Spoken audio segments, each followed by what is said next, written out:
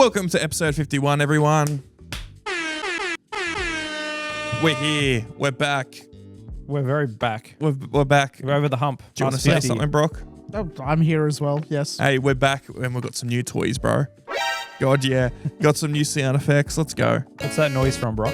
That one's from Sonic, the one before was from Metal Gear. What Metal Gear? I don't know, one of them. Second one. That sounds more like it's from Red Dead. Well, no, it's from your favorite game. It's from Fortnite. So, The double pump. everyone, yeah, welcome to episode 51 of the Point Podcast. We're back and we're going to do some crazy stuff. Let's start off, Ben and I, we've been drinking a bit of Russ Eats new energy drink. God, yeah. What's that even called? Just Russ Energy? It had a flavor at 7-Eleven. It was not tropical. I can't remember what it was Whatever called. it was, we weren't able to get our hands on the other flavor. Yeah. They only had this one. Selling too many cans. You know what they say? So explain to me and anyone else who doesn't know Bottoms up who's- and the devil laughs. what is the manufacturer of this? Like, what is the... I don't know, but it looks like a Bilson's can to me. It does look like a Bilson's can. Also, the liquid is like neon green. Oh, really? Really cool. Yeah, so this guy's a TikToker. He's actually local to us. I have actually spoken to this guy a few times. He's a nice guy. You recognize the pod? He did recognize the pod. He makes some good content. He does like food reviews, things like that. I'll dox the area we live. It's the Newcastle Maitland area. We are in Australia.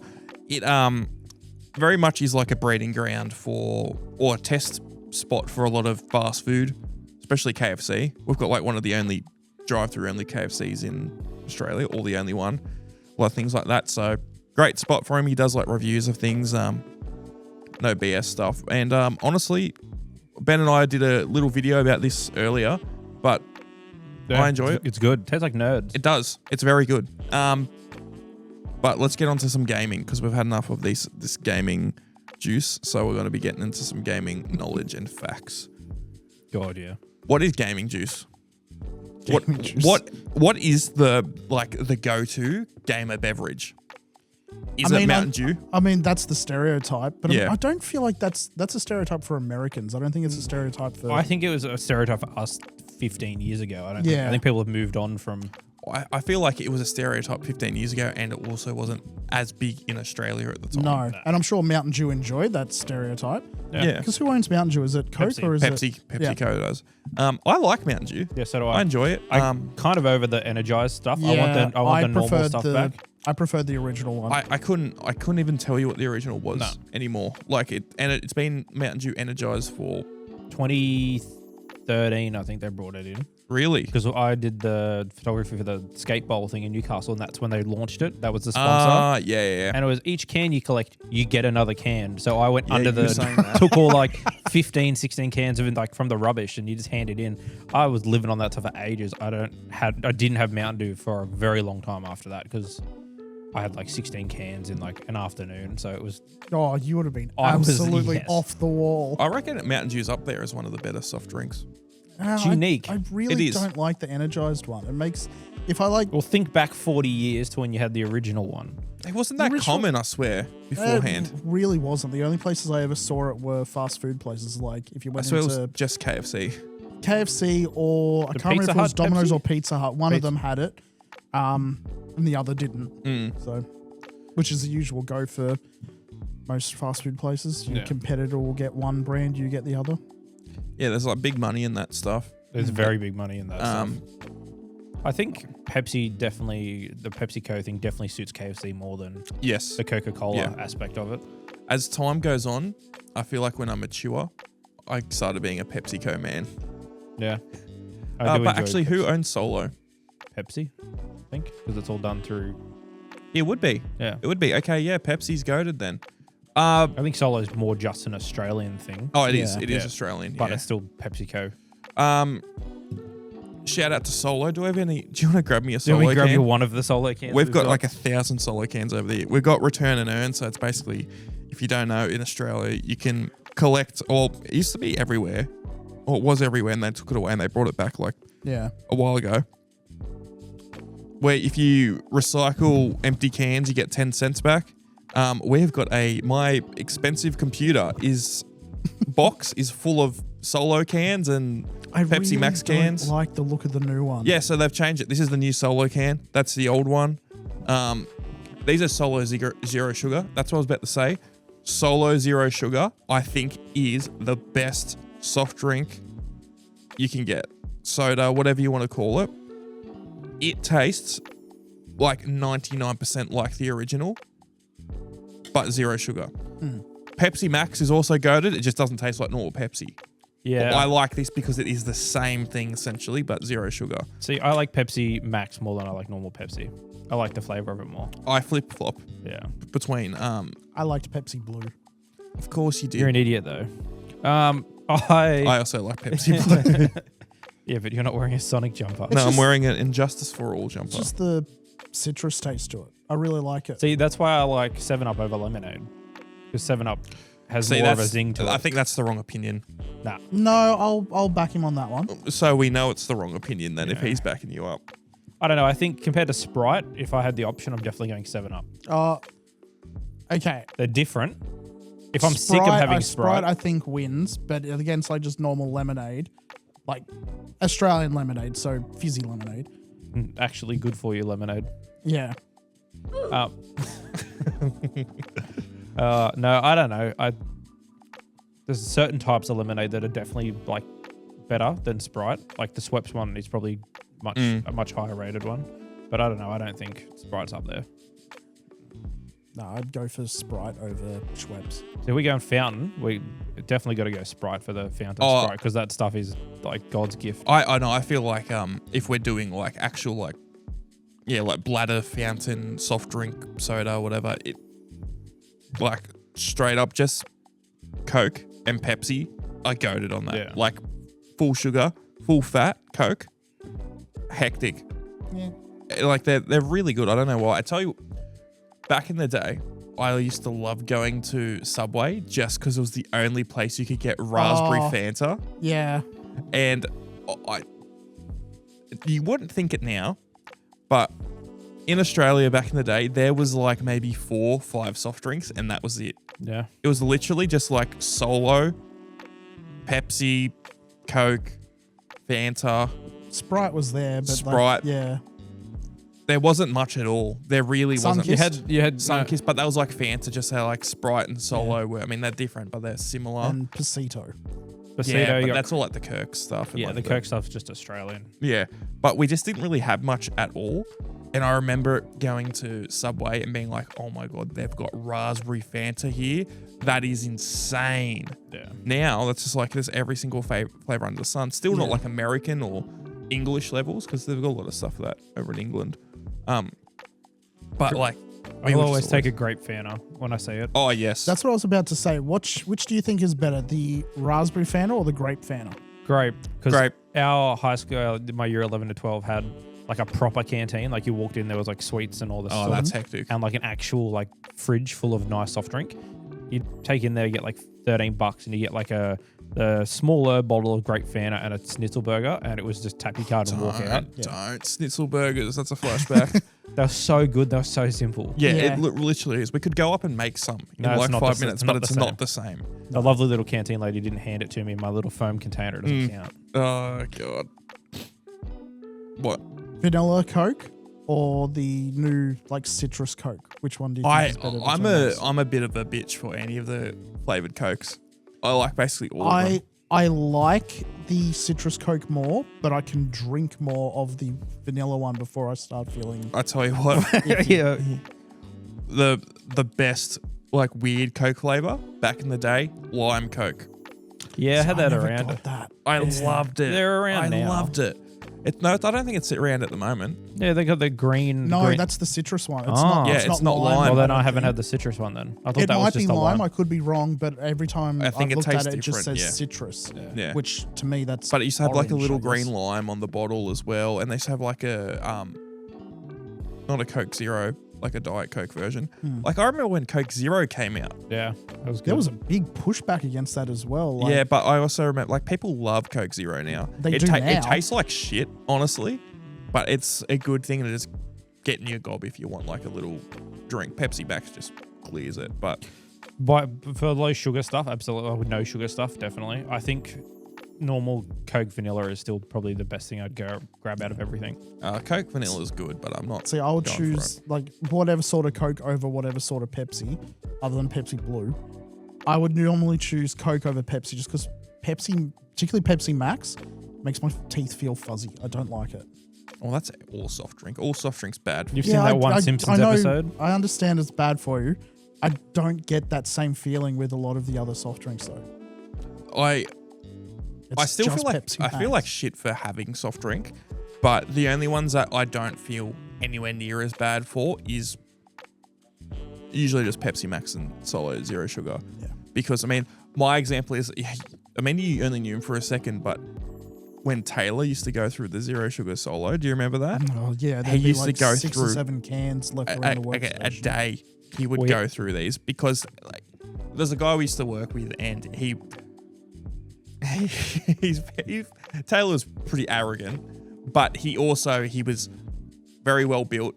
He had his own gym at home, and he was like very into nutrition. He's like a doctor. He's like a X-ray technician or whatever now, but always used to go on about Zero Sugar Solo. So how good it is. Like, I just can't believe how good it is for how little it does to you. Obviously, still soft drinks, still bad for you. But it is one of those things where I know so many people who are, well, we know like professional powerlifters, things like that. And that's what they drink. They'll be like, I'll just have I have all my calorie deficit or like my macros and things like that. And then I'll have a can of Pepsi Max or Zero Sugar Solo. If it fits in, do whatever you want. Exactly. So, I mean, that's my little treat. We had a teacher in primary school who was a larger lady. She had, I think, in her classroom 2 cases of Pepsi at any one time, Pepsi Max, and you'd walk around and she'd have cans fucking everywhere. It was, you'd walk into there's one left over on the table, there's one in the corner of the classroom, they're all lined up on the window so she can recycle them everywhere. And I was like, I never understood how someone could I understand why she was drinking it now because it tastes hectic, but it's just a lot of soft drink to go through. Yeah. People get addicted. They definitely do. You can get to a level where you can just have too much of it, and if you're dependent on it. There'll be nights where I'm having one of those solos, and I'm like, I've had 3 of these. I probably shouldn't have more. This is fucked. Yeah. See, that was me with energy drinks, and I'm still very happy I gave up with it. Bro, back in the day, a year ago, Brock used to get this 2-liter bottle, and he'd pour 4 Monsters into it, and every day he would drink that. Yeah, I'd go through that at work, then I'd get home and I'd probably have another 2 before I went to bed. That's fucked. I was averaging 6 a day. It was And were they full sugar ones? No. I felt, thank God you're doing something for your health. I felt that I was like, oh no, it's not as bad because I'm drinking the zero sugar and the low sugar and all that. Nah. But no, the caffeine. And that you wonder why your teeth feel fuzzy. They're vibrating out of your mouth. The amount of caffeine you've had. All right, well. It's also because I'm ADHD. It was. Oh yeah, I'm sure that's what it is. I couldn't tell. You like Sonic? Go on. Next topic. Although, actually, no, before we completely move off the topic of drinks and all that, did we have like you said, what do you think the gamer drink is? I think it's just got to be Mountain Dew. It's just got to be. I don't think I could even think of anything else. I stopped. G Fuel Gamer Subs maybe these days. I still haven't touched G Fuel Gamer Subs ever. I got it kind of low-key addicted during COVID because I thought it was the other way around because it's caffeine with no sugar, but I thought it had sugar, no caffeine. Sugar with no caffeine. So I was just drinking it at 2 a.m. playing Warzone, and then it's 4 a.m. and I'm on TikTok going, why can't I sleep? And I've had a 2-liter bottle of fucking G Fuel throughout the day. Is it actually good? If you mix it correctly, yeah. I put it in a soda stream once to try to make it fizzy. That didn't work. But I put juice in a soda stream once and it literally blew up like elephant's toothpaste. I keep being told that people try milk all the time. It's like, why? Why would you want fizzy milk? Oh, do you want some red milk? Because there's fucking red milk in our fridge for some reason. It's been in here 2 weeks, I think, tomorrow. I don't know. It's like coagulating now. Yeah. But no, G Fuel was good. Like if you mix it properly, like you're supposed to, it doesn't go all powdery and taste like shit. Yep. If you'd be an idiot and just keep scooping more and more in, you're gonna need to keep adding more and more water. The G Fuel cans that we used to get, they were good. I didn't like them. I think they tasted like shit. No, I like the G Fuel cans. The Tetris one made me vibrate. I want to try the. Actually, I think it depended on the flavor. Some Yeah. of them were. Some of them were too really bad. bad. Some of them were really, really good. I want to try the Game of Subs just to. Still caffeine. You're off caffeine. Yeah, I know, but they got ones that apparently are 0 caffeine as well. I wouldn't mind. Game of Subs looks cool, and Yeah. I think that they're Aussie company as well. I think. Yeah. Well, So- I think they sponsor Cold One, so maybe we should use one of their discount codes. Yeah. But yeah, no, I mean, like, I think that's going to be like one of the bigger gamer things. I mean, like, to a lower extent, I feel like Dr. Pepper was up there as well. Yeah. What flavor do you think Dr. Pepper tastes like? Dr. Pepper is Dr. Pepper. That's what it is. It's like one of the most unique things. We do now, but we hardly ever got it in Australia. No, Most it's a smells very Yeah, odd. now it's more common, but it's Yeah. not super common. There was like some at the local shop recently. I was like, wow, that's weird. That's there. I tell you what was hectic a while ago. We, with some of my old roommates, we did like a Dark Souls night where we would like just get drunk and play Dark Souls, and every time like do a drinking game. Whenever you died, you have to have a drink. Blah blah blah blah.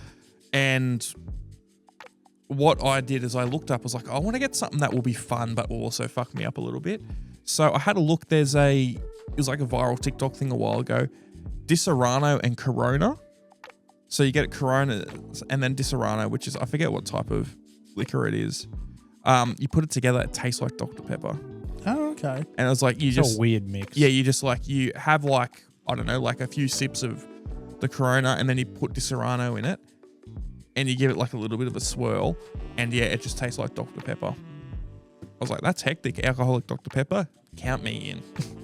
They need to start doing more, alcoholic soft drinks. I think they could. The Solo's kind of running away with it at the moment, the hard rated stuff. Yeah. Yeah, because, that's a problem. A lot of companies, you see this in so many industries, is that a company will find a niche and they'll attack it hard. But then, I don't think this is the case with Solo, but they will get too complacent and think they're number one. And other people will come out with better things and they're left behind because they stop innovating because they think they're the only one.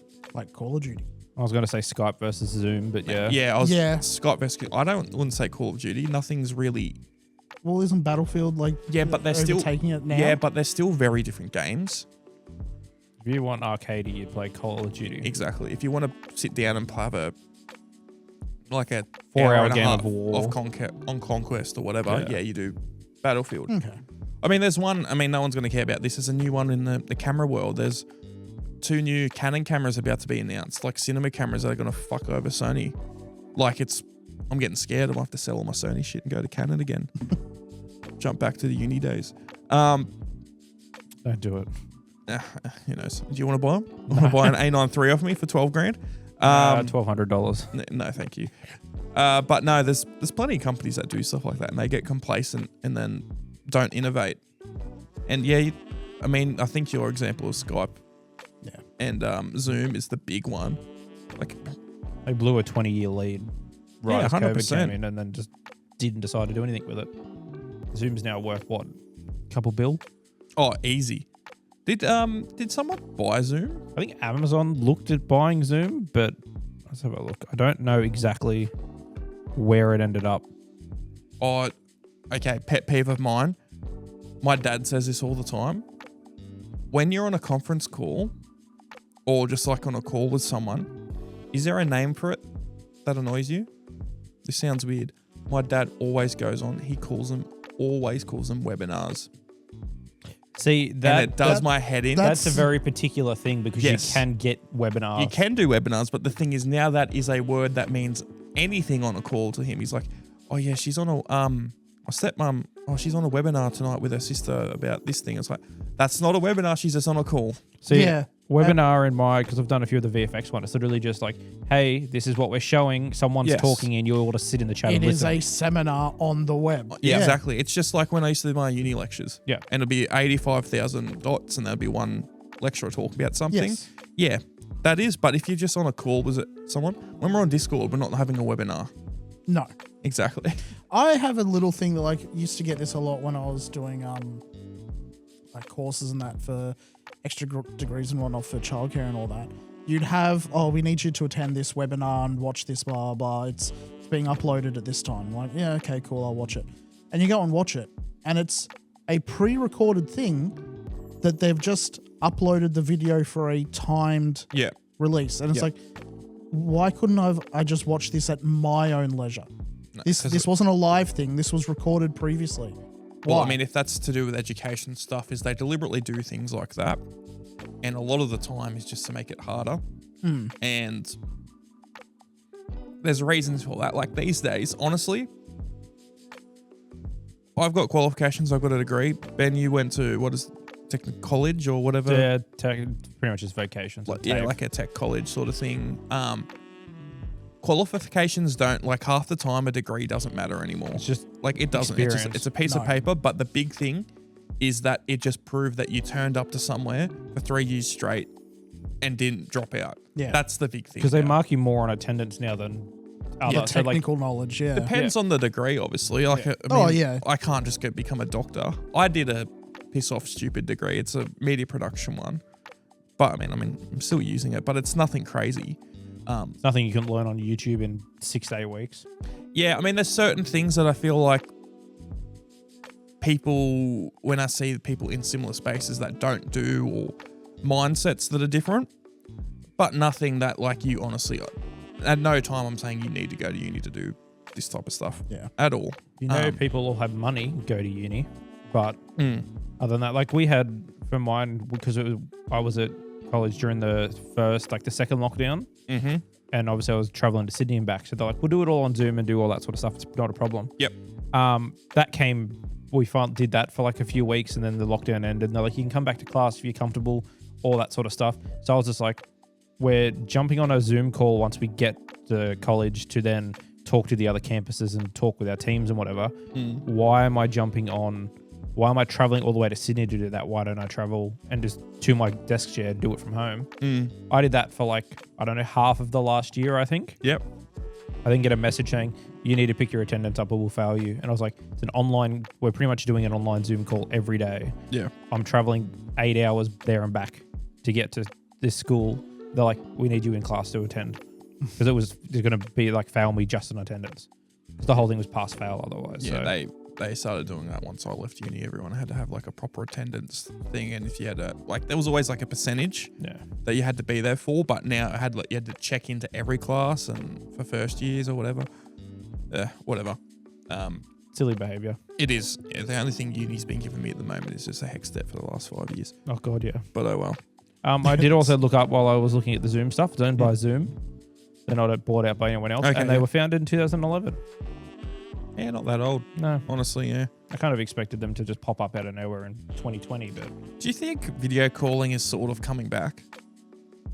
Voice calls have been a big thing for, like, forever, but like on, let's say PC gaming, voice calls have been way bigger since Discord came into the scene about 10, 15 years ago. There was ways before it, but...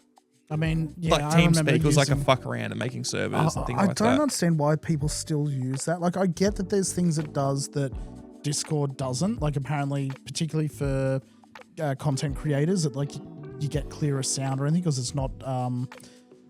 You don't have to fuck around with Discord, not encrypting it, but condensing it or whatever the fuck for the audio.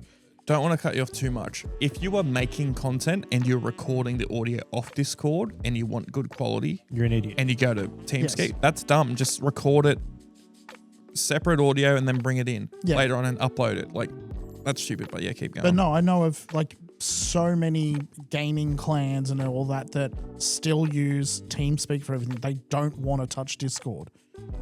Yeah, I think it's just people set in their ways. Yes. You've always got stuff like that. I don't think I used Discord till uni when we were doing the Zoom stuff, which was, I mean, I didn't have a PC till just before then anyway, but I had friends who had PCs and were on Discord all the time for chatting and stuff. I remember first getting Discord in probably like 2016 or 17 and being blown away. Yeah, that was the same for me. Whoa, you can do this now? Because I think the gold standard for like online chatting, if it was on PC, it was Skype back in the day, but MSN. But I think for gaming and like talking was Xbox Live parties were the GOAT. Which I think a lot of the others like tried to build Emulate. off that and emulate it. Yeah. Like, because PlayStation, I feel like PlayStation, they didn't have parties on PS3, did they? It was only on PS4. 'Cause you have to do game chat. Yeah, you could still talk, but it wasn't. Once they got to PS4 and it was like, hey, you now have to pay for Plus and all this sort of stuff, they kind of opened it up a lot more and made it usable. The PS5, like, what's it called? I can't think what it's called now, but it sucks. The whole Game Central sort of thing. Yeah, no, I think it does. I think the PS4 one was way better, honestly. But yeah, I feel like back in the day, Xbox Live parties were goated. One thing they never had in Australia, because we didn't have it here yet, was on Xbox Live back in the day, you used to be able to do Netflix watch parties with people. It's kind of cool. That's really cool. We didn't have Netflix here till like 2014 or something, which is crazy. I was in year 10, so it would have been 2013. Yeah. But that would have been so cool. Imagine being like, hey, let's all watch a movie tonight. Yeah. And you sit down and you're just commentating over it. Because I remember doing that with my mate. We'd download shit trailers on Xbox Live and we'd watch them at the same time. Or would like stop and start a movie at the same time, and it used to be so fun. Like, what the fuck is this? That's how I found out about the Toxic Avenger, which there's a new one coming out. Yeah. I did see, or just came out with what's his name? From Game of Thrones, X-Men. I can't remember his name. Oh my god, and everyone fucking hates him. It's not Oh, what's his name? by X-Men. Do you mean Days of Futures Past? Yeah. What's his name? Oh, I just got to say Warwick Davis, but that's not it at all. No, it's That's not Warwick Davis, because people like Warwick Davis. Yeah, it's the guy who plays Tyrion Lannister. Peter Dinklage. Peter Dinklage. Yeah. I had these faces. See, I'm bringing it back to gaming. Peter Dinklage was the original Ghost in Destiny. I was just gonna keep saying Destiny person, but yeah. Peter Dinklage is in the new Toxic Avenger. I've never seen the original ones. No, neither have I. They're very much like a not a grindhouse, but like a they're sort very of like B, or not even like B grade, B C movie. Yeah. From like the 80s, like body horror action type of movies. I might watch one of those tonight. Actually. It was one of those weird 80s sort of era series that had like, well, sorry, not a series. It was a movie that then got adopted into a series for children, despite the fact that the movie was definitely not for children. Like Alien did it as well. There wasn't really cartoons, but like there was the whole merchandise line of like all the toys and everything. Toys for everything, bro. Yeah. So many movie sets did that, where they're just like, cool, here's our adult horror movie or adult themed or whatever it was. By the way, here's a line we're making just for children. Yeah, all the time. And it's like, why? Oh, because we think kids will be into it as well. Like, okay, so for money. Yeah. Yeah, well, if I was a child when Alien came out, like you were, and I saw that green egg on the poster, I absolutely would have done anything to see that movie. Yeah. As like a 8 or 9 year old. Yeah.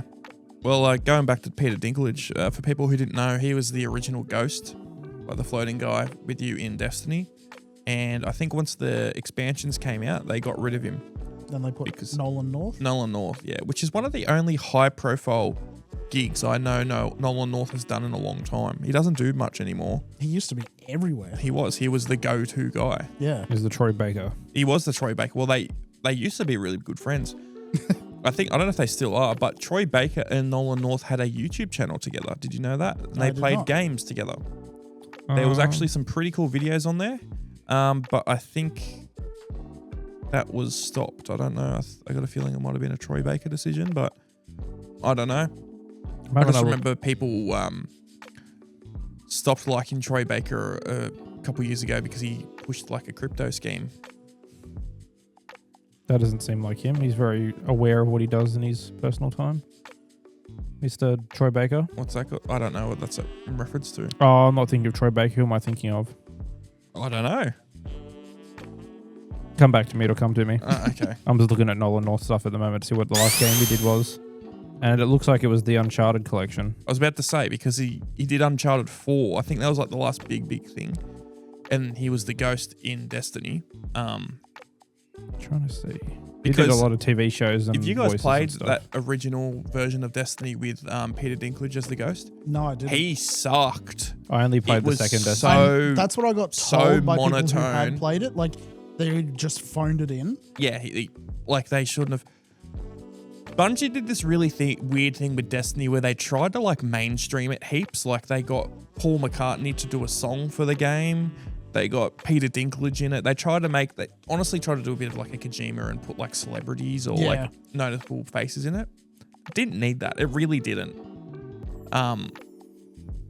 Like the only cool thing in there is Nathan Fillion, but they've had a relationship with him for yonks. Yeah. Like literally, like he's in, I think his first game he appears in his Halo 3 as it's like a background voice. Yeah, and then he was a main part for ODST. Yeah. And in 5, was it as 5, well? yeah. And he's in Reach for a second. Does Buck again? Yeah, he plays Buck again. Shout out to Nathan Fillion really having the time in the spotlight that he deserves, like 25 years after he should have got it. Yeah. He's always been like that teetering on B list. Yeah. What's the first thing you saw him in? First thing I saw him in was the first thing I can remember seeing him in was that Serenity movie.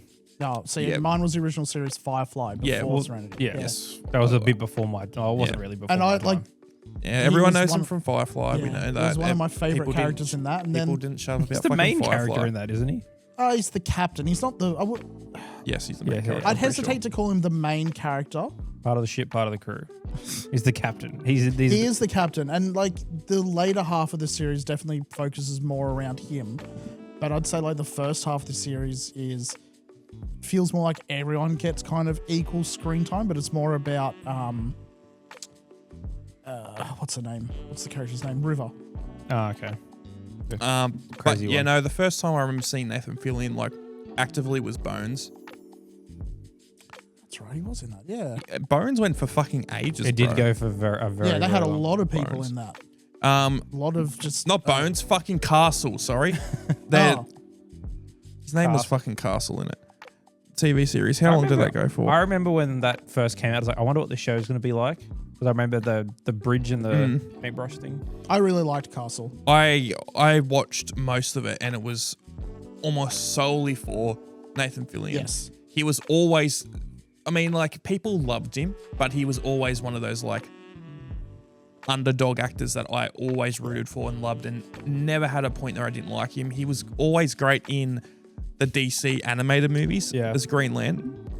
And now that he's been in... He's an actual Green Lantern. Now he's in Superman. I'm so happy he got that. I'm so happy, because he really does a great job. And I think James Gunn saw that, because he would have watched those animated movies. Well, he's been a massive Nathan Fillion because he was ages. He was did a voice in Guardians like 1 or 2, and then was also in Guardians 3. 3, yeah. And I forget what, there was something that they were both worked on early on. I don't remember. I would have liked to see Nathan Fillion as Hal Jordan just to match all the animated stuff, but I think he's a little old now. That's the problem that I have with Nathan Fillion now, is that he's finally getting this time to shine, and he would have been so good in a lot of these roles where he would have been younger, but he looks great for his age. He looks the same. He's like got a few more wrinkles. 53 maybe? Something like that. And then obviously The Rookie. I remember. The Rookie is good. Yeah, I need to sit down and watch that start to finish. It's very, good. very good. I know, you've told me multiple times. I feel like it's a fun show. It's not necessarily a good show. I definitely recommend watching it. Yeah, how many seasons is it now? 7, I think. See, my problem is I have a fear that it's going to go the same way as Castle, where it'll get to the end of season 3 and like everything's been great, and then season 4 they're starting to run out of ideas, or they start experimenting with random crap, and it's just like this. You're losing what made the original so good. 5 or 6 seasons in, there's a couple things like, oh, this person just disappears. Oh, they left the show. Oh, this person just disappears. Yeah, the end of season 3, someone leaves. End 1. Yeah, because they get killed off, but they don't at the end of the season. When the first start of the episode comes back for season 2. I'm not talking about that one, but yeah, there's that one as well. Yeah, there's a couple of things where it's like someone just left the show, like important characters. Yeah, which like some of those things are unavoidable when you're making a TV show. But I more mean things where it's like, hey, we've had this long-running series where everything's sort of grounded in, one or two little liberties here and there, but it's mostly grounded in reality. Oh, we're going to do an alternate universe thing where he gets thrown into a different. This isn't not that type of show. It's is a not the fucking CW police show. No, but that's what I meant for Castle. Did they do that? Yeah. I don't remember. They had that. one where he gets thrown into some alternate universe where he never met. Is that just like a one-off episode? It's a one-off episode, but it's like, why? They do that in The Rookie in the later seasons. They do like a reality show where it's like a reality crew, and it's all filmed like through CCTV cameras and stuff, all like set up so it's not an actual like shot show, and they make it like a mini mockumentary type thing. They're annoying, but they don't really add anything to the season. It's just that one-off thing, and It's just to space the season out. So it's like, okay, we need 12 episodes a season. We've got 20, I think. Yeah, I know. I'm just pulling a number. Yeah, we've got 10. Quick, make up some filler crap. There's one season that only had like 8 episodes, which is like one of the latest ones. I don't know why, but I think they all stepped back and were like, this was they started the season off real strong, and then there's like 4 episodes of nothing, and then they slowly tease it the next season. But we didn't have it live in Australia, so I had to watch it all on 7 now. Yeah, it's always like that. So many ads. Oh god, I hate watching free-to-air television now. Yeah. That was the only reason I wanted, because it wasn't on Netflix, wasn't on anything. Finished it finally, and then it got put on Netflix and Disney Plus. I just want some good, concise TV shows. Like, I hate shows where it feels like you need to watch. I know this sounds weird, but you need to watch the whole thing. And it's like such a long-running thing. And not that it's necessarily episodic, but something where it's like contains stories for each season, but they can have overarching effects and things like that. Like, I just finished watching the first season of Peacemaker with the Lizard, and I really enjoyed it. I think it was a very good blend of action, comedy, like some serious things. And I told you that it's canon. I told you. Watch the next episode for season 2. I did. Yeah, but do you know how they changed it? Yeah, but either way, I told you. Yeah, but when we originally had this conversation, it wasn't canon. We'll leave it. I know. Okay, so basically Ben was telling me, like, when the first new season was coming out, he was like, oh no, it's not canon. I'm like, no, it is. I saw James Gunn say it is. He's like, no, it's not. I'm like, it is, bro. And look, because they rewrote the rest of it to match with the new DCU thing. Like they put they changed like an ending little credits, not credits thing, but like a thing at the end. Either way, we'll leave that. But no, that show's great. Quickly want to shout out, honestly, I fucking love John Cena now. Yeah. He is so good. I did go on a little deep dive on his like all these good Samaritan things in the WWE. Yeah. We've talked about him before when we were talking about WWE. John Cena fucking shits all over The Rock. Oh yeah. The Rock John is Cena so is fucking, who The Rock wants to be. Wants to be. The Rock is so fucking up himself. John Cena is just seems like a good bloke. Which legitimately. You go back 6-7 years? Mm-hmm. Everyone loved The Rock. Yes. Nowadays, The Rock got oversaturated. He's not Pascal effect. He's not a bad actor, but also he's one thing that put a sour taste in a lot of people's mouth is all the fucking Black Adam shit. Do you remember seeing all of that where he was hyping up Black Adam's the most important character in DC, the only person who can defeat Superman, and like all this bullshit. Yeah, they got then Henry Cavill to come in and... Yeah, but the thing I was going to say is that when that movie came out and it bombed, The Rock kept putting things up online saying it's the highest grossing movie of all time, and like all these random facts, and they would be like very twisted. It'd be like the highest grossing movie at 2 p.m. on a Thursday on this date of all time. And he would say it, but admit all this other information to make it seem way bigger, and everyone just saw through it. And also all these little fucking blues he has with other actors. Yeah. Well, see, the Henry Cavill thing, like the way I saw it being talked about was that they didn't even get the rights from DC to have him appear as Superman or something. They wanted to do a follow-on. The same day. So I saw a thing with this. James Gunn was talking about it. The day that Black Adam came out, because at the end of the movie, it's like an after-credit scene where they like face off each other, and Henry Cavill comes in. I think they convinced The Rock's like, you got to come back. We're going to get you back to do these movies, and like you're in this now. This is the future, blah blah blah. And then like you're going to say next day. No, it was the same day. It was the day that James Gunn signed on to be like the new director of DC. like the creative director. Yeah, yeah. Like you direct movies, but the creative director. And had to have a sit down with Henry Cavill. Like, you are not in these movies. I don't know why he did this type of thing. Yeah, see, that's what I'd seen. And I'd seen that it was The Rock pressuring, because apparently The Rock owns the studio that like did the shooting or something. He owns like a few studio things. Yeah, I do he know pushed for, hey, get Henry Cavill in. He's back in the universe now. If he's back in there, then they have to go with it. And then, it was just like, oh, why did he they... He had no power in that at all. He got him back in to do like a minute and a half, and that was it. Yeah, and he thinks he's top shit. I didn't see that they told The Rock, hey, we need you to be in this bar. They told Henry. No, that's what I'm saying. Oh, yeah. okay. Yeah, it's The Rock's movie. He's the only reason that movie got made, because he wanted to be a superhero. I never watched it. Apparently, it's really fucking boring. The whole like Dr. Fate and like the other heroes in that movie are really good. Black Adam just sucks. He's not an interesting character. Yeah. I don't know. I see this new Superman movie, and there's still people online who fucking trashing it. Be like, oh, the Snyderverse was way better and blah, blah, blah. Where were you people when those movies came out? Yeah. I don't remember anyone defending them. Yeah. Me by myself saying BVS was the greatest movie of 2016. None of my friends agree with me. But no, I watched this new Superman movie. I watched Peacemaker. I know, and then I haven't watched Creature Commandos or whatever it is. It's the animated one. Yeah. All three of these have been made by James Gunn. But I'm really liking this new direction. We've said this before, Marvel needs to fucking watch out. Yeah, see, they really do. What you were saying earlier about like you don't like watching stuff where it feels like, hey, I need to watch all these other bits. That's Marvel, yeah. Yeah, that's the whole reason I can't get into Marvel movies anymore. See, because there's just so much other stuff. Now, yes, if you had started when they were coming out once, like every couple of years, it wasn't too bad. They definitely picked it up towards the end. I think when we hit Infinity War and Endgame, that's where it was somewhat manageable to watch all those movies and not expect too much of the audience. But now you've got like 6 or 7 different spin-off series. When you got to watch a show, and each show is like a 4 to 7 hour endeavor to watch the whole thing, and you've got to watch like 5 or 6 of them.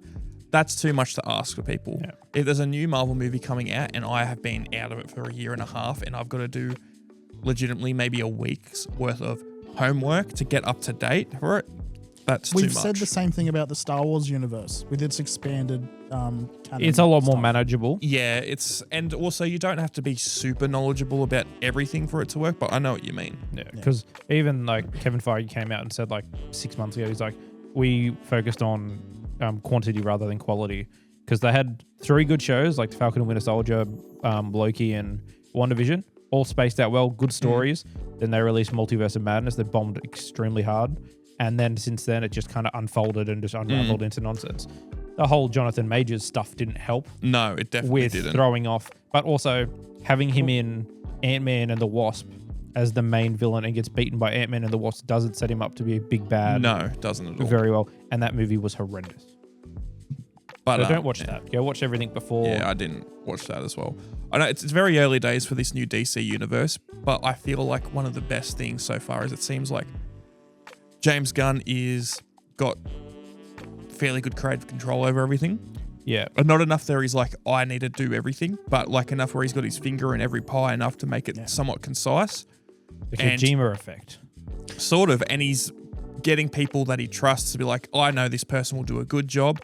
I'll give them a bit of feedback on this or that to give it an idea, but it's still their thing. But it still feels like it fits under this umbrella without being too detached where the Marvel stuff's doing. I was just about to ask you, and you've kind of doubled me down on it with mentioning Kojima. Do you reckon like movie directors would be able to make a switch easily into game direction? And vice versa. Well, do you reckon Kojima would be able to step over and easily make a good movie? Always wanted to make a movie. I reckon you'd make a fantastic animated movie. I don't know, because you go back to, I saw someone talking about this recently. Is like, you look at the cinematography alone of all the Metal Gear games, it is top notch. Yeah. Like even Metal Gear Solid 1, which was 98 on the PS1, some of the camera angles and the ideas, I'm like, this is fucking great. Like people wouldn't think of that. It's probably, if he wanted to do those things with an actual movie, it's going to be a lot harder. Because you can't do everything. I mean, now you probably could, but it's going to cost a lot. Maybe. Because being able to write, direct, and be the cinematographer is a lot for a studio to have faith in one person. Like, I mean, like he's got the accolades to back it up. I mean, he's not going to be the cinematographer. He would be the director, and he would just obviously do a shot list and like a camera plan and everything like that, and work with whoever the DOP is or the cinematographer and get them all sorted. But it's a bit hard to tell because I don't think there's any examples. We'll I think do the reverse, and we'll take James Gunn because he's been mentioned a bit. Do you reckon he would be able to make a? Oh, here you go. You know, he did. He didn't make the game. He wrote Lollipop Chainsaw. That's exactly what I had in my head. I didn't know that. Yeah, no. he wrote Lollipop Chainsaw. Oh. And once you think about that now and you look at that game, you'd be like, oh, that is very James Gunn. I remember seeing that cover in EB. That was a heck of a video game cover. Yeah, I haven't played it. Is the problem. So I don't know. It's a pretty decent game. I know that it was very popular. Well, reasonably popular. Got remastered a couple of years ago. Yeah, I didn't know Go that. to PS4, I think the original copy might be worth a bit now, like the original discs. I don't even know if it got the remaster got a physical release. I don't think it I might have been saw digital only. Yeah. But no, that's been an example there, of James Gunn jumping in. I feel like when there is people who jump from mediums of like games to movies or movies to games, that there's not a ton of examples, but I feel like a lot of the time it's usually pretty decent. It's what I've always seen is also people who, there's some directors out there, either game or movie, who it feels like they went into the wrong side of it. Because it feels like, hey, you would have been really good if this had just been like, if this had been an interactive medium, probably would have been great. Or if this had been a passive medium, it would have done really well. Yeah, let me have a look. I'll see if there's any that... The one they've chosen is just like horrible. While we're on the topic of looking up game directors to movie directors, I did notice when we were looking at the Castle webpage that his name is Dick Castle. His name is Richard Castle. Yes. Dick Castle. Let's find that a little. There's only one person in the entire... Oh, actually, it might be two people, but his mother in the series is the only person who calls him Richard. And I think it's only in like 2 scenes. No, they're talking about just people who are like J.J. Abrams.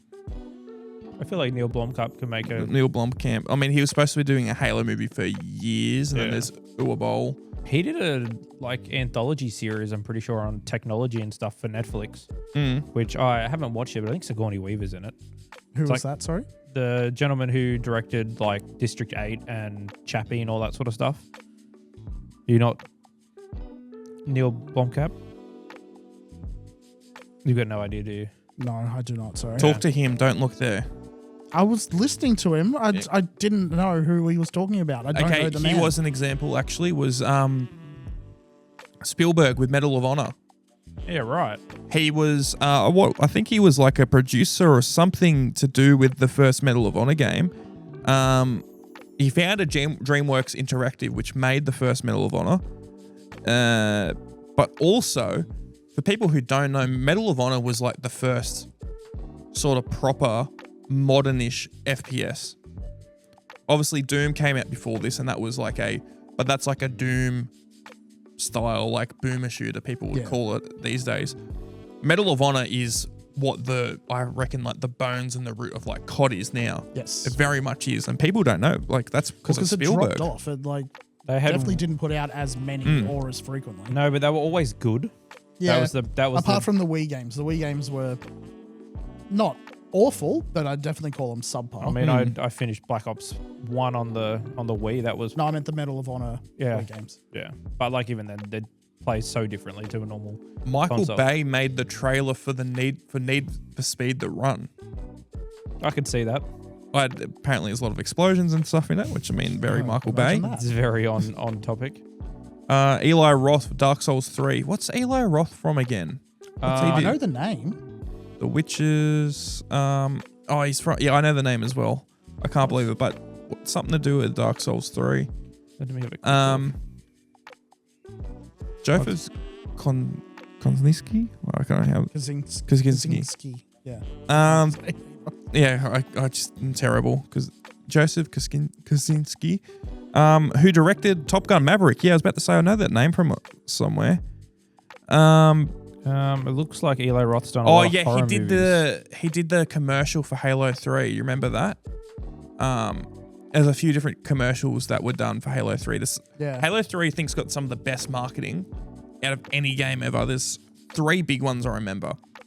Commercials there was the one where it's like the animated, not in-game footage, but like a cutscene where it's like Master Chief running and he throws that bubble shield down and the big like wraith blasts on it.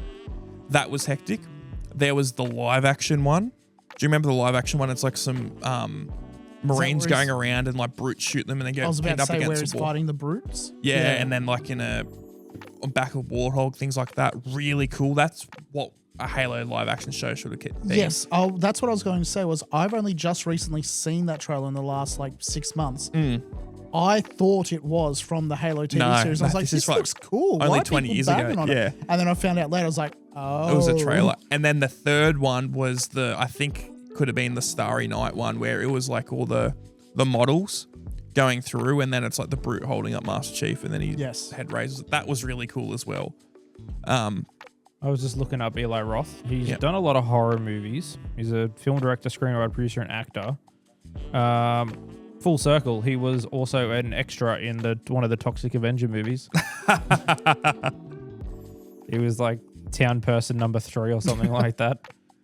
There's a lot of just knock knock. Apparently, I don't know if he directed that because it's being very. No, he definitely didn't. I don't know. It's just being very. Oh, he did directed and written. Interesting. So apparently, J.J. Abrams made Spy Jinx, some game from Bad Robot's got like a game studio in it, and he was the creative director of this game, and it got pulled by Epic because after the beta, no one really played it. So it lasted like a year. I feel like I've seen some YouTubers play that one. I think like you had different spy classes, and it was like a kind of a hidden identity, but also like a capture objectives sort of game. Maybe. Have you used this recently? You've seen this? Because there is a game out there that I think me and the boys downloaded to try and. Oh, is that the one where you got to snipe and? There's that one, but then this is another one where you're pretty much all hidden, or you all have abilities, and someone's hunting. It's just like a who's who sort of game, but it looks you can like hide in. It's like the Hunted. Oh no, this was one where like you basically disguise yourself as like there's various NPCs just wandering the map. No, that's the one he was talking about because I remember seeing Ludwig and that other American one. Yeah, no, that's that sniper one. Yeah. Schlatt. That's the one. Yeah. I was just thinking of all the jokes he makes about something that happened, but I'm not gonna. Yeah. I wasn't gonna bring that up. Yeah, we can leave that one. Yeah. But yeah, I mean, like it's strange. They could get some game directors. I feel like gaming is still so looked down upon by a lot of people in the movie industry. There's a lot of people who are very up there on their high horse there. And I don't think they realize that games, I mean, the reason that they thought they were bigger is because it was a bigger industry. It isn't anymore. No. It definitely isn't anymore, but now it's about artistic reasons. But then you look at stuff like, even if you don't like it, you look at stuff like Death Stranding and like the artistic and like the visionary stuff in that. You can hate Kojima all you want, but like it's way more progressive and groundbreaking and pushing new ideas forward than any movies in a long time. Movies have been so safe for a long time, and it's kind of shit. Yes. I mean, there's been some great movies in the last like 5-10 years, but just general stuff pushed out to the public, that's pushed as like a big thing. Nothing really tries to break the mold. Yeah, I think the current directors that are out there, like you can name like the top 5, they're all white men in their 50s, 60s, if not older. Yeah. This generation, like their generation of directors and screenwriters aren't going to games. The next generation, maybe. Yeah. Like some of the guys who are doing the A24 stuff and maybe some of the Marvel ones, maybe James Gunn jumps back in. Yeah. But I don't think, why would they change up? They've been making movies for 40 years. Yeah. Stick with what works. I feel like some people, they just get very set in their ways and they think that this is how you make movies. This is what movies are about. This is what a higher art form is. But honestly, I feel like, especially with movies, and you have been seeing this a bit with games now, is that I feel like the smaller productions have been doing better. We talked about it before, like the Philippou Boys. Yeah. Would Talk to Me and then Bring Her Back. Very Still small haven't seen productions. The movies look great. They've got good stories, get great reviews. And I think it's because it's way less fluff to deal with. Yeah. And Which they is the still same look with the good. indie game scene as well. Well, that's what I mean. It's like, wasn't the big thing that Black Myth didn't really cost that much? Not in comparative to other ones because it was like Yeah. a smaller studio and they just made the game they wanted to make and put it out there and it went gangbusters. Exactly. They made like their money back in a weekend, if not Yeah. doubled it. Which I'm still replaying that now and that game's still getting decent updates, which is pretty handy. And you don't need to have a massive team for stuff like that. Like I remember seeing a while ago that the team for Silent Hill 2 was like 10 or 20 people. Yeah. It was really Really? small. Really, really small. And they made one of the best games of all time. Oh, the original one. Okay, I thought you meant the remaster. No, I not was the like, Blue really? Team one. I wouldn't be honestly, I wouldn't be surprised with that as well if it was the case. You got people like the team behind Godzilla -1. Exactly. There was like 15 to 20 VFX artists and it was just the director sitting in there with them doing everything together. Yeah. And that movie looked great. Looks movie's- fucking great. That movie is great. I'm going to have to rewatch And it. then you look at some of these super big budget action movies and it's just like, Too many hands in the pie. exactly. Yeah. And it's like sometimes you hear like, I saw this recently when like Mr. Beast talking about some of his videos and some of the money they put into these videos. I'm like, how the fuck did this cost that much money? I feel like there's just like a massive mismanagement where they think they need to have a very big production, but you just need to get a decent, like a handful of people who are passionate and good at what they do, and you have got a way better situation. Like, did you see? Don't want to cut you off. You wouldn't know because you would have no idea. Speed doing his American tour, all the problems with his production stuff. No, I've seen a lot of American production stuff get a bit funny. I know his whole China stream and stuff. He went without the hitch. So his American team, he paid like a fuck ton of money. They have just fucked up everything. Like his mic won't work for 2 hours. They tried to do a drone show for him, like starting off the thing, and he swaps to the drone and it's like looking like shit and there's just no sound. And then randomly all the light starts playing and then it just stops. And there's so many fuck ups and he spent a fuck ton of money and it's just like, I feel like I need to get all these people to do it, make it all look big. Really, you just need to get a handful of people that know what they're doing type of deal. And I feel like it's a bit shit because this is the industry that we both want to work in. Exactly. And I've done a little bit of work in, but a lot of the time I feel like it's just so much fluff. And when I've gone and talked to a lot of people who have worked professionally on sets, I think one of the problems is that there's a lot of people who are like, I'm really good at doing this one thing. That's it. That's it.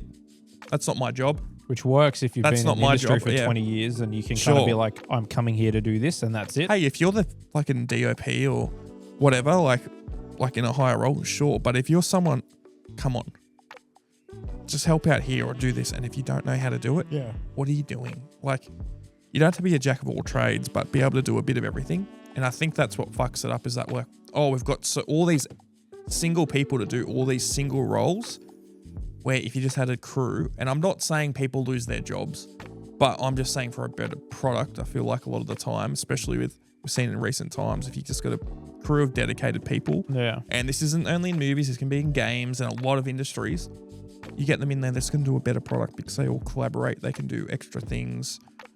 Well, you look at like what the Sidemen have done. They've come from filming their own stuff in the backyard, got one good cameraman who then brought in other good cameraman, and now he's off doing his own thing.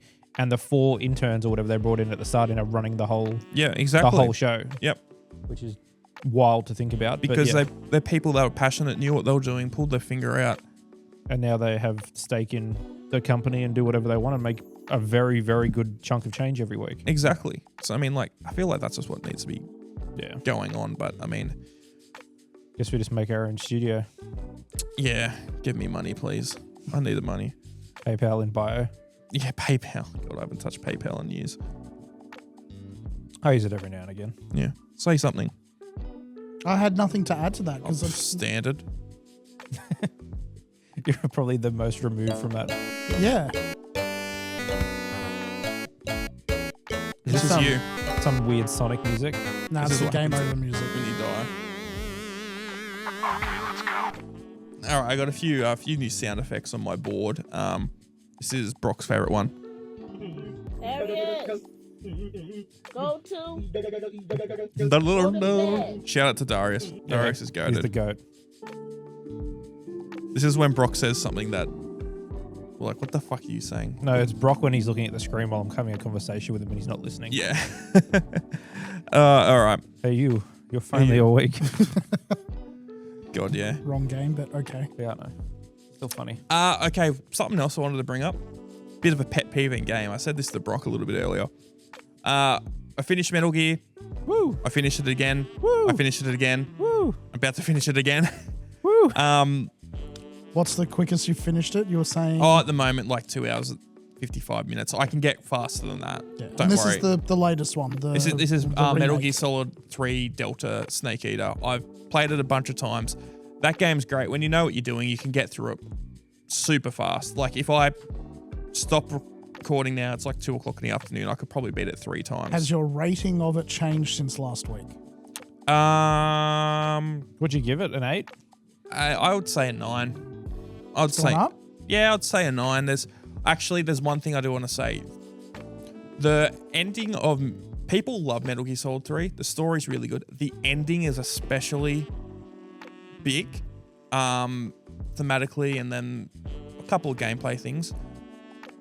There's a couple of little changes. There was one big change, and I can't say without spoiling the game, and it's such a small thing, but it was giving me flashbacks to Kojima back in the day where Kojima used to do the weird things like, I'll plug the control into the second port because the enemy you're fighting is psychic and can tell what you're doing. They did something like that with the haptic feedback in the PS5 controller. Don't know what they did with Xbox or if they did anything, but there's a point where you've got to shoot someone, and it's a very impactful moment in the game, and they make it a proper hard trigger pull. That's cool. On the controller. I was like, man, that's a big thing. And then also there is a point right at the end of the game, like in the final cutscene, where there is way more emotion showed now because it's newer graphics. Mm-hmm. And it hit way harder than the original did. And even that is like, oh, fuck, that's a sad bit. It's like, fuck, this person's like trembling in the face. It was just like something you could only really emote with this new stuff. It made me really think different of the end of the game. And I know it sounds such a small thing. It's like always sad, same intention from this character. Should But have bought the disc. just download it, buy it. No, I think you will love it. I think you would definitely get enough out of it because you would like it because of how much replay there is in that game. I will play it another 10 times easy. I'll wait till it comes on sale. We'll find a good price match or something. Nah, just buy it.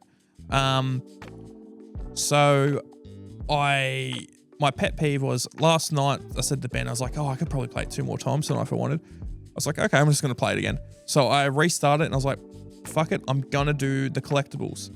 In the original game, there was 64. They were called keratins. They were like a little frog man. I'll get him up. God, yeah. MGS3 keratin. That's what I'm at the moment doing in Black Myth, is going through and trying to find what I missed.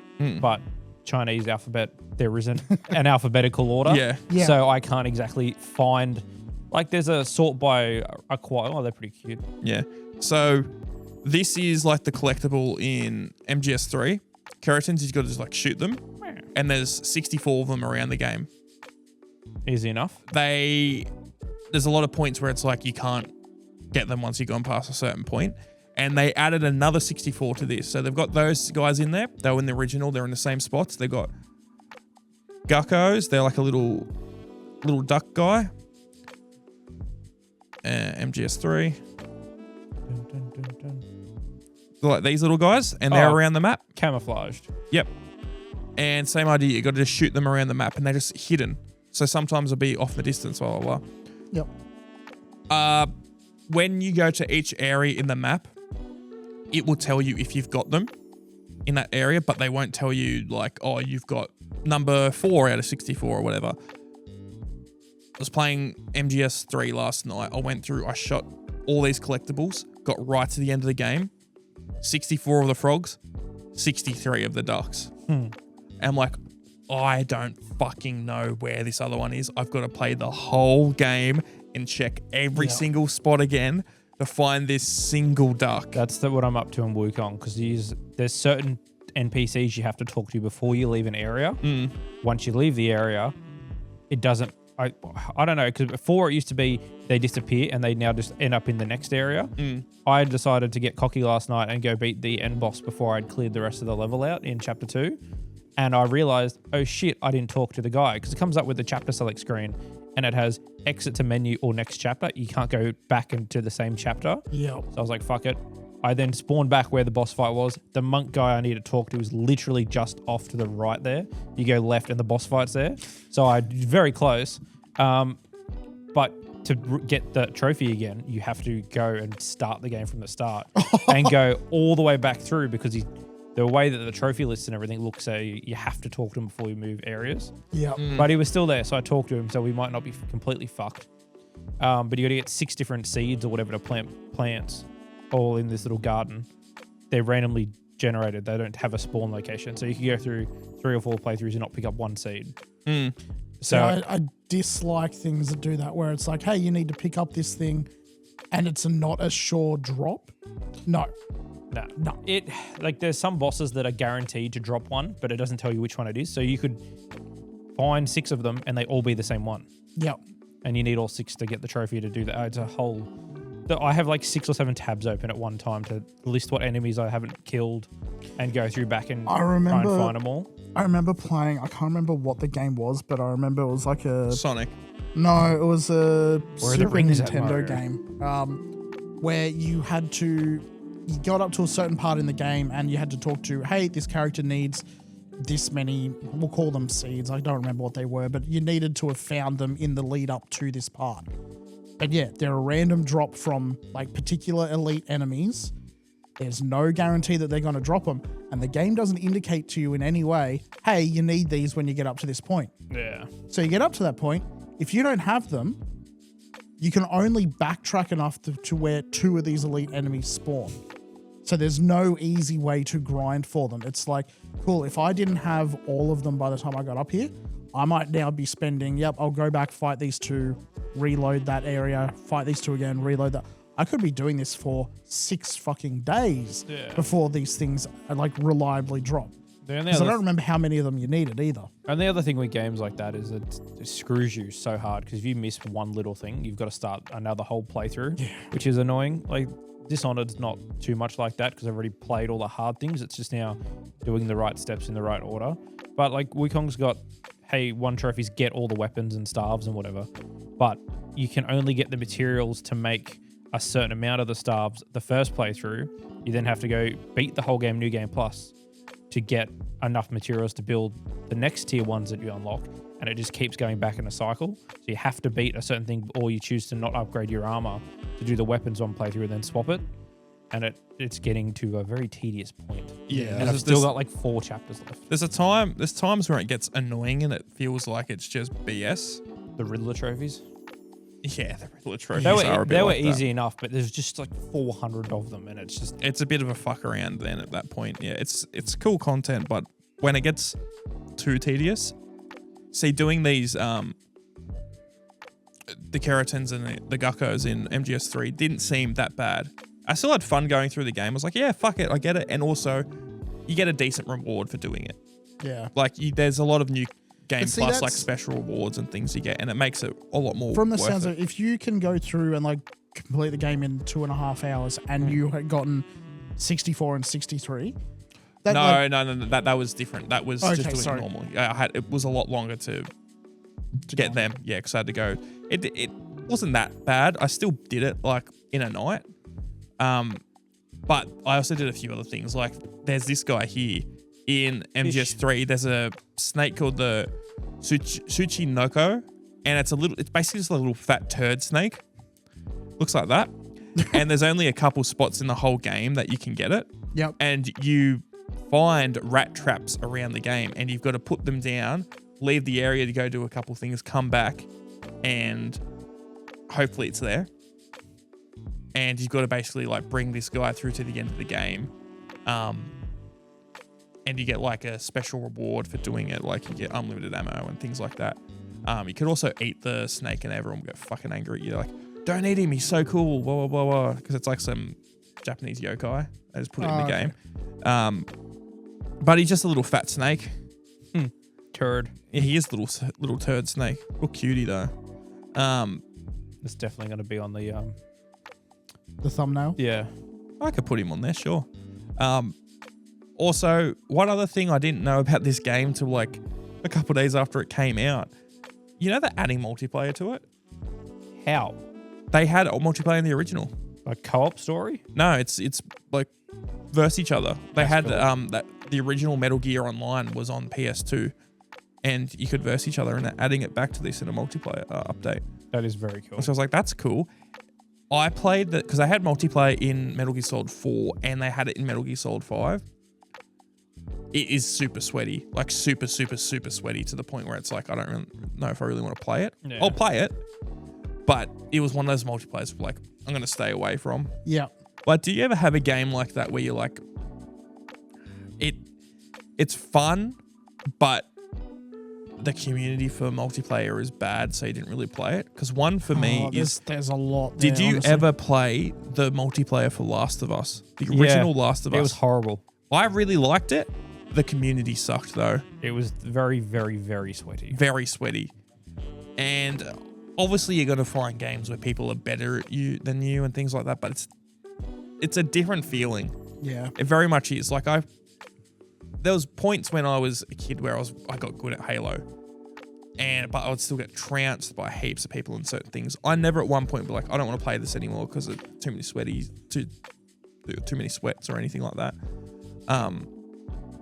But like that Last of Us multiplayer and then like the MGS5 multiplayer very much felt like it. I didn't say I wouldn't stop playing it, but like the Sniper Elite multiplayer. I was the annoying one in those games because I like just being an absolute fucking pest. Because you do enough things, you can kind of get where their location's going to be. Yep. And I would just be an absolute cunt as best I could. I'm and just I loved remembering it. every game of Red Dead with you, honestly. Every single one. No, I have a particular distaste for games that lock content behind multiplayer stuff.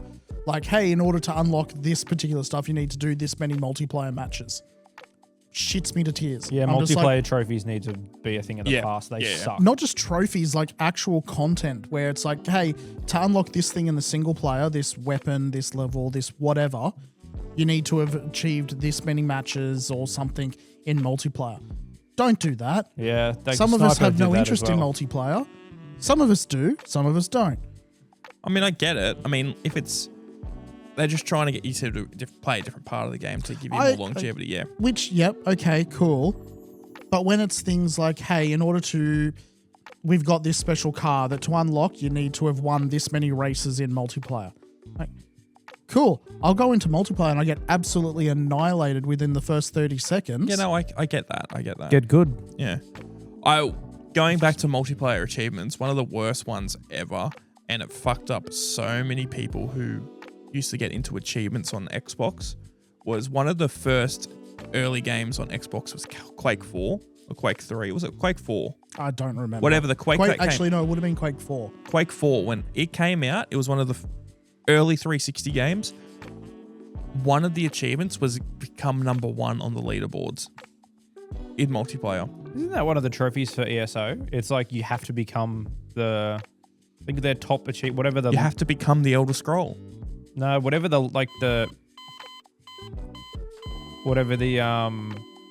I don't know what the fucking leader in that game's called.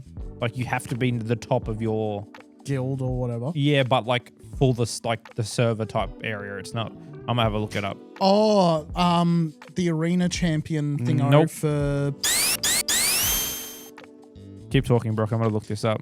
Because I haven't played ESO in a while, but Laura still plays it. But yeah, I I hated that game. It was cool until I got locked behind that stupid wall. Yeah, we both played on PC though, and it doesn't have the same sort of achievements. Yeah. Well, it should do. Some, not all. I don't have any achievements on mine because I had the standalone client. She plays it through Steam. Let's have a look here. I'll see what. I don't think you needed it for the platinum, but yeah, you have to be the number 1 PvP player on the server for your alliance, and you get the task as Emperor for ESO to get. That was one of the trophies, which is just that's a fuck around. stupid. I hate when they make stuff basically unachievable and it's not skill related. It's just the fact that You need I don't have hours. time to no life this game just to get a single achievement. Like there's hard ones. Like we were talking about European Extreme last week. I'm gonna probably do a run in the next few days to start to do European Extreme and get Foxhound ranking, which is like, everything 0, no kills, no alerts, no nothing, like super limited saves, blah, blah, blah. And that stuff's cool. But when it's stuff where it's like, you need to be the best in Oceania for this game, it's like, oh, well, there's currently 50,000 people online in this region. That's never happening. Yeah. That's never happening. I could grind for years and it's probably not going to happen. No, unachievable. Yeah. Unacheatable. Unacheatable. Ah. Sonic. Yes. You've played it a few times. Yeah. Do we have anything else? You were talking Destiny before. You've been playing the mobile I haven't game, played it haven't yet. you? I haven't Mine's played it currently downloading all the assets. yet. I've downloaded it. I want to play it. Yeah, Destiny just brought out a multiplayer, not multiplayer, it is multiplayer, but a mobile game. Yeah. Um, Talking to Mark yesterday about it, he's really, really liking it. Yeah, everything I've seen looks like it's pretty cool. He said it's also one of the few mobile games he's seen that natively supports keyboard and mouse on the mobile. So like you can Bluetooth a keyboard and mouse to it.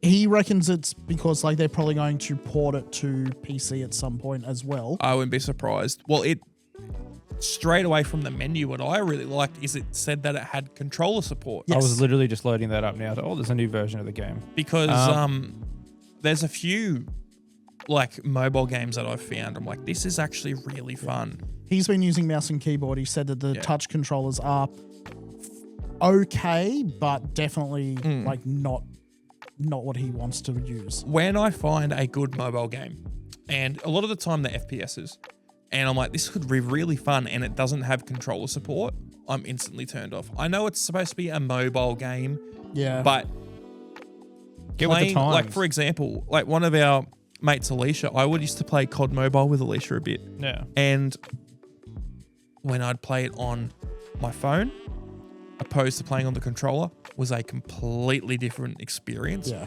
When I played on controller, I had 10x fun. Way more fun. It was way better. I know it's like people are like, again, it's on a phone, like you shouldn't be using that. It's just making the game not fun. It just doesn't control that. And well. also it's giving people the option of, hey, what's the control method that's most comfortable for me? Whether it be cool, I'm happy to use the touch controls. I'm really good with the touch controls. Good for you. They hurt my hand. I'm going to use the fucking controller. Thanks. See, I get both of those points. Like I would absolutely, like I've got the new Fold. I'm going to plug a controller in and do it that way on mine. If you're playing a mobile game on, not like an iPad, so you're using a phone that's normal size screen and you're pairing a controller up to it, I would just rather play on the console at that point. Oh, that's fair. My biggest thing is if you're using the touch controls is you're losing part of the screen because your fucking fingers are in the way. I will say, I do think those controllers, not necessarily like those backbones and Razer Kishi type of things. I had like a backbone and it was okay, and there's that one that you've got. But the ones that were cool were the ones where it was a bracket that goes on the back of a PS5 controller and it was just above. Yeah. That was cool. It was very much like the new DJI controller with the Yeah. screen popping up. Which, look, I'll find them in a moment. I've got two of them with me at the moment just because one, they're always in the bottom of my bag. The other one I threw in there because it has a battery bank on it. But I've got the original Kishi from Razer, which is a plug-in one, and it works. I mean, it used to work really well. It's now got stick drift. The other one I've got is the Moki 7X something or other, which has a built-in battery bank and is all Bluetooth. Between the two of them, the Moki's more comfortable, but the Kishi was definitely more convenient because it was literally just plug it in and away I'm going. I don't have to pair it. I don't have to worry if it's charged. Yes. I don't have to do any of that. Yes. But easily both of them, like I was using one of them just before because I was playing stuff from, we'll talk about it in a moment. I definitely prefer the comfort of the Moki because Get it out. it's essentially just a controller. Can That's you give cool. it to me? I'm going to treat this like that beer bottle you did at our fucking Halloween party and just throw it on the ground. Yeah, I mean, like, it's very Brock coated. Autistic. Yeah. Oh, no, yuck. It charges through micro. Yeah, that's the one bit that's Have a look. I'll Yeah, have a- sure. that's the one thing that I'm Doesn't feel not that bad. happy with. Yeah. Micro needs to die off. It really does. Pretty much has. It finally is, because the problem that micro USB, is that it was still cheaper to develop than USB-C. So anything that wasn't like a top premium product was still using micro. Like little things. Like we bought, for a while we're using those wireless headsets. Yeah. And the mics before they fucked up. And they all charged on micro. Or the wireless mic adapter thing. And that's just because it was just the thing that was cheaper for people to develop or put in stuff. And now C's finally getting there, and it makes it so much better. Yeah, the fact that Apple got away with Lightning for so long is a crime. Yeah, well, they're Screwed everyone idiots. over. But They're idiots with that. I'm glad micro is on its way out because it's horrible. It is. Once everything is USB-C, my world would be perfect. I just like that I can go on holiday and do something and take one cable and one Yep. charging brick, and Yep. it's everything I own is C. Yeah. Mm-hmm. And if it's not C, I don't bring it. I was looking at that bloody DJI Power. Oh, you weren't there at work. Yeah, I was looking. We had a conversation about it yesterday. Oh yeah, the power station, the DJI Power Station, and it's got 4 USB-Cs on it, and then you can get one that's got 4 240 volt on it as well, and a few A's. But I'm like, I only need I was thinking of for this sort of setup, the only thing I need the 240 for is that. Everything else is C. I was like, Yeah. that's fucking hectic. And they're like 140 each. Blah blah blah. There's so many cool new things in tech coming out. Actually, that's one thing I did want to say is I was looking at some new camera stuff last night. We might go into that at a different time if anything comes from that. But I was looking at some stuff from NAB, which is like the camera version of CES. It was months ago, but someone just had a video pop up on YouTube and I just watched that while I ate dinner. Is there any companies that you're a real big fan of and follow, but you actually don't own anything from them? Ooh. Because Secret Lab from Brock. Yeah, fair. because I really like Blackmagic Design. Yeah, Blackmagic. I really like Blackmagic. They're an Australian company. I don't own anything Blackmagic. Isn't it Blackmagic stuff also very expensive? No, it's actually a lot of it's like cheap. Like if you want a cheap 6K camera, it's like two grand or something. Yeah, They also make like DaVinci Resolve. They make the 10 minis like vision switches. They make heaps of stuff. I'm like, that's really cool. I don't own any of their stuff though. It just doesn't happen to work in my workflow. But they're a cool there's company. a couple of companies that I mean, I know there's one or two, I can't think of the names of them, but I know there's one or two of like stuff that I have owned previously, really liked their products, don't own them anymore, but still really like the company. Yeah. Porsche. Porsche. Yeah. Yeah, all those 911s he had. Yeah. Oh God. That would be my company. I can't think of any at the moment that I'm just like, oh, like I really like them, would love to own some of their stuff. A company that just the opposite of that I do own all of their stuff and really like is, and I know people are going to get so shitty about this. I love DJI.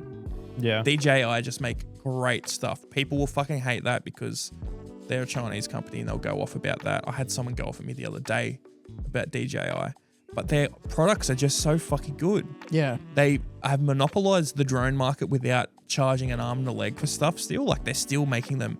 They like incrementally go up a bit more on money, but it's always way more features. Their microphones are great, like the power stations, the Pocket 3, the action cameras. Like in my space of the stuff I do, they are hectic and really good because they've brought down prices of stuff. Actually, a little bit of history lesson. I think you guys basically know this. When it comes to the action camera game, back in the day, up the top, when you think of action camera, what do you think of? That GoPro. camera, I don't. GoPro. Talking the wrong person for this. You know GoPro though. Yes, I Yes, do. everyone knows GoPro. This is one of those examples. Actually, this goes back to what we said ages ago where companies just get stagnate and they don't upgrade. GoPro was the top of the barrel when it came to action cameras. People They're like Band-Aid. People think action camera, they think GoPro. They don't say an action camera. And for years, they were right at the top of the barrel, and no one else got close. All these other companies would come, and they weren't getting as popular, and GoPro got really stagnant and complacent. For the last like 5-6 years, their cameras have been very incrementally different. You think iPhone has incremental upgrades. GoPro very much was like that. There'll be things on paper that are better, but realistically, not really. I think the downfall of GoPro came from when they used it in The Hobbit in the barrel scene. Oh, that was a long time ago. It was a long time ago, but it was also just, why would you do this? The footage was so bad. It was very bad. It was horrible. Well, but the GoPro was like the big dog, and then the DJI started bringing out their cameras because the new GoPro, at least in Australian dollars, used to be okay. Oh, God. Back in the day, GoPros, brand new in Australia, used to be $950. The DJI cameras came out. Oh, we're going to do them for like $800, and started selling more, and they were better camera. Oh, okay, GoPro will come down to $850. DJI, $769. Oh, okay, we'll bring ours down to $800. DJI, $700. And they just kept undercutting them and having a way better product. And it's to the point now where I say this just as myself because I sell this stuff. 1 out of every 10 people that come in for a GoPro leave with one. Everyone else leaves with a DJI. As soon as they see this is way better and cheaper, why the fuck would I not go with it? Yeah. And that's what happens. Companies just get complacent because GoPro didn't change. No. I think part of that's also you have quite a few people who, particularly with electronics, when they walk into a store, they know that, hey, under a certain price point is going to be the cheap stuff that is cheaply built, not just the company is not charging an arm and a leg. Yeah. So you have a fair few people there that walk in and go, cool, yeah, that's cheap, that's cheap, that's cheap. Oh, that one's, moderately priced. Oh, that one's even more. That one must be the best one. But it's not that case at the moment, which is crazy to think. But I mean, like, it depends. I mean, like, for example, you see Android phones that cost an arm and a leg, and I look at them and be like, that's not as good as like an S25. Like reliability or anything like that. But I think Samsung has the name to back that up. Just realized there's a counter Mountain Dew behind you, bro. Could have used that earlier. Samsung have the name brand behind it. Like some of the Xiaomi phones and like the Redmi stuff, those phones are hectic. They are. Like you get like a 100-watt fast charger. The battery's like 6,000 or 7,000 milliamp hours. It's ridiculous. I used to have an Oppo back in the day. It was an X-Find 5, a Find X5 Pro or whatever it was, like their flagship one from like 3 or 4 years ago. It was 85-watt charging. I remember I would have a shower, like it'd be on like 20%, have a shower, come out and be on like 70%. Yeah. I'm like, that is hectic. Yeah. You could watch it go up. Yeah. Some of like that, if they can bring that tech into like the Samsung phones or Pixels or something like that, which they'll never do because they're just not as. They need to do that ballsy. into electric cars. Like I think I saw Toyota had some big breakthrough a couple of years ago with lithium-ion batteries or something. Yeah, and they could charge super quick, and they're going to be more efficient. Saw people complain about that with the Switch 2 where it doesn't do fast charging that. You're trying to balance like fast charging with battery longevity as well. You can have like the battery's going to not give out for ages. And I don't mean like the charge level. I more mean the actual lifetime of the battery before it's balked. Yeah, it's like what its cycle count is and things like that. Battery efficiency. Efficiency is probably the best way for it. You're trying to balance like how fast it can charge versus how much wear and tear on the battery is going to suffer. But I mean, with the Switch is that rare example where if you go, I need to charge this up, I'm going away tomorrow, you can just dock it and then just play it anyway. You can, yes. But if you're like, I've been out and about, we've been playing the Switch, blah, blah, I'm ducking home for an hour, it maxes out at like 15 watts, I think. It's pretty slow. That is very slow. That's very slow. For a device that came out this year. Now for a USB-C charge. I'm pretty sure this iPhone, I can charge wirelessly 15 watt. Yes. Yeah. That's crazy. That's pretty. Because what's the max for an iPhone like wired charger? It's is like it 45? 30. It's 30 or something. 20 Pro models is like upwards of 25, and I think the rest are about 20. Yeah, I mean, iPhone's always been pretty bad with that, but iPhone's batteries have always been decent. Yes. And always same with smaller. MacBook. I will die on the hill of saying the MacBook is the best battery out of a computer you can get. And the reason I say that is I'm also taking into the actual power behind this, I can buy a Snapdragon computer or a Chromebook or something that will probably have like fucking 30 hours battery life. But if I can do fuck all on it, what's the point? This, I can do everything, or besides play games. Well, no, you can now play Cyberpunk on it. And it I can worked play quite well. Cyberpunk and it was getting decent battery life. I can play Resident Evil 4 remake. I can do heaps, but I can use Unreal Engine. But I can edit on this for hours and it's still great. And then I plug it in and it's charged in like no time. It's super good. But I think that's also to do with just not only the battery, it's the CPU, like the M2 chip in it. But yeah, well, we're nearly at half an hour. Do we want to leave it there? I do want to finish up with one thing that I don't want to leave for next week. All right. You ready to go? Yep. All right. See you guys. No, you can go. Talk. What's your question? I have been playing the Sonic Racing Open. Sonic racism. Can you stop it? Like, honestly, can you just stop it? Anyway, I've been playing the Sonic Racing Cross Worlds Open Network Test. They have changed significant things in terms of the physics and that since the last Can we alpha use test more or whatever. jet boards? Yes, they are in the game now. Yeah. They have fixed up, like my main complaint about all of it last time was that the physics was just way too floaty. You did say that, yes. Yeah, they've fixed that. It's great. Good, because I want to play Jet on his hoverboard. Yeah, I do find that because all the characters are separated into like different classes, like you've got speed characters, acceleration, power, handling, and Really is boost. Sonic racism. If you don't like, Is say Kiryu in it? who? Is Ichiban in it? It wasn't in the open network test. No. Is it still open? I like how you say who to Kiryu, but you know who Ichiban is.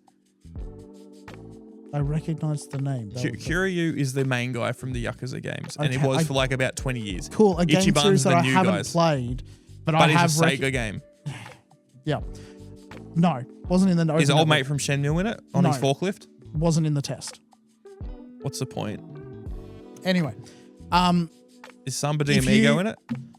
if you don't grab a car type that maxes out that particular character's skill set, it's like if you grab Tails, for example, he's an acceleration type. If you don't grab a car that maxes out acceleration, you're fucked, basically. That's my one little gripe with it, is that it's like, cool, I want to be able to use a better looking car. They than might the- have transmog later, so who knows? Hopefully. That would be cool. But yeah, I'm liking it. I'm really hopeful for it now. When's it supposed to come out?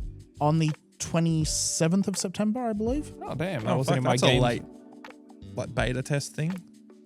Yeah, it is. Yeah. Are you gonna honestly play this game much? Probably. Be as serious as possible here. Do you only play this game because it's Sonic? Like that much? I'm not saying you wouldn't have played it, but do you mostly play it because it's Sonic? Possibly. Yeah. I don't have a good answer for that. But I mean, look, I like playing Mario Kart. I don't like Mario as a character or as a series. Bro doesn't like Mario. Oh. That's the wrong one. Again, I'm going to ask, can you just fucking stop it? Do you Anyway. know what that's from? Just real quick. No, I don't. From Happy Wheels. Okay. Come on.